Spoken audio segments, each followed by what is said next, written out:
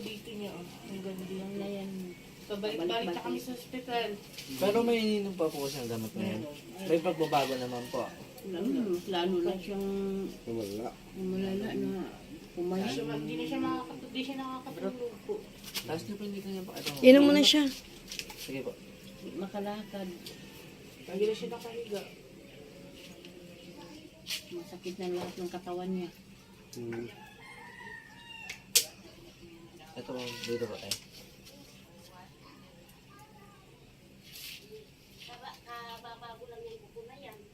Pikit po. Pikit lang po tayo, ha? Puh! Simple, pikit lang po, pikit lang. Tikit lang papa. Sa torale po tento pero tas pisila naman na rin. Jesus nilang Diyos. Puh! Sakit po dito. Ganyan po, mula ulo, dalawang kamay, pababa, pababa. Sige, pikit lang po, pikit lang. Pababa, pababa, pababa. Yan, pag ganyan po, pahimas, pababa, pag ganyan po. Nay, Yan. paalalayan na lang siya, Sige Nay. po, dalawang kamay. Para i-ano mo. Yan, pababa, pababa po. Yan, sige.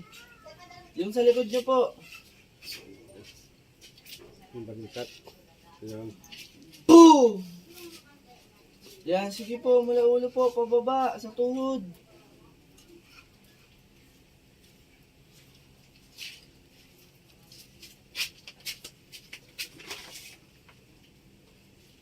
Yan, sige po.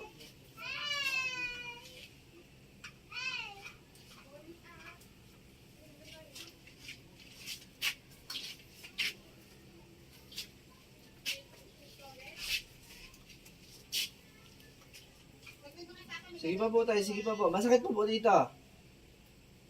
Masakit pa po dito. O, sige pa po, mula ulo pa.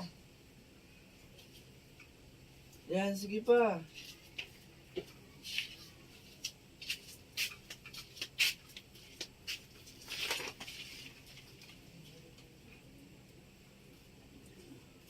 Puh!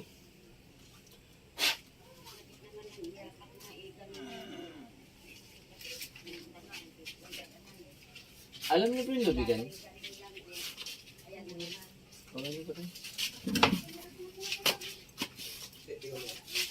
Wala po yung po. Alam niyo po yung lubigan ka? Mas maganda po sana kung papainumin niyo po siya. Painom niyo po sa kanya.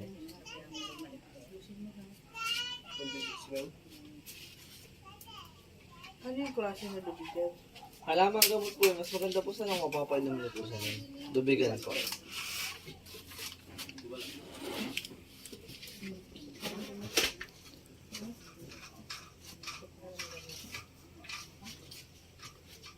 Yung gumagambala po sa kanya, babae po, kakilala niyo lang po. Ngayon po tayo, ano pong pakiramdam niyo? Sige po, ano pong pakiramdam niyo ngayon? Apa, hindi po talaga agad matatanggal yung nilagay sa kanya kasi po matagal na po nilagay sa kanya. Paano po yun? Paunti-unti po. Kaya bibigyan ko po siya tubig. Ito po yung gagawin niyo, ha? Kapag kalahati na lang, okay na dito, re-refillan na po. Mas maganda po, mas marami kada araw mainom niya. Kahit ano po ilagay yung tubig, basta po iinumin niya. Ulitin ko po ulit, ha? Kapag kalahati na lang, okay na dito, re-refillan na po. Mas maganda, mas marami kada araw mainom niya. Ano naman po, ipadibli ko sa damit niya. Huwag po dadalhin sa lamay sa sugal sa sementeryo. Tatlo po yun na lamay sugal sa sementeryo. Kapag pupunta man po sa tatlo na, itabi po sa altar niyo. Kung walang altar po, kahit sa bahay lang po. Ito po yung isa patabi po. Para pag mawala man po yung isa, may pumalit po.